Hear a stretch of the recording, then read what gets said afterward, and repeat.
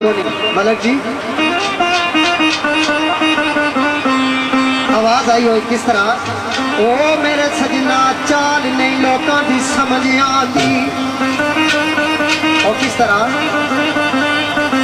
चाल नहीं लोगों की समझ आती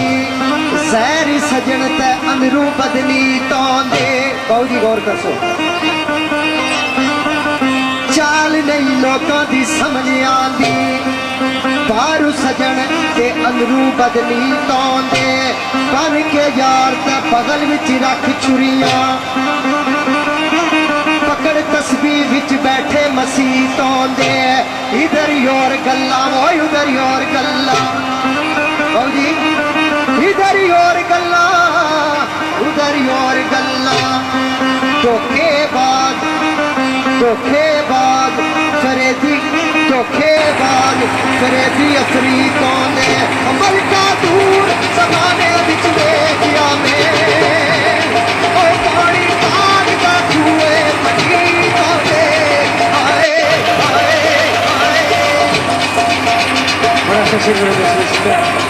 तो इस शेर से मोहम्मद बाशिर रहमतुल्लाह अलैह सुना और देखो ना कि दुनिया में जो कम ना आया औखे सौखे वेले दुनिया में जो कम ना आया औखे सौखे वेले उस बेफायदे संगी बोलो बेहतर यार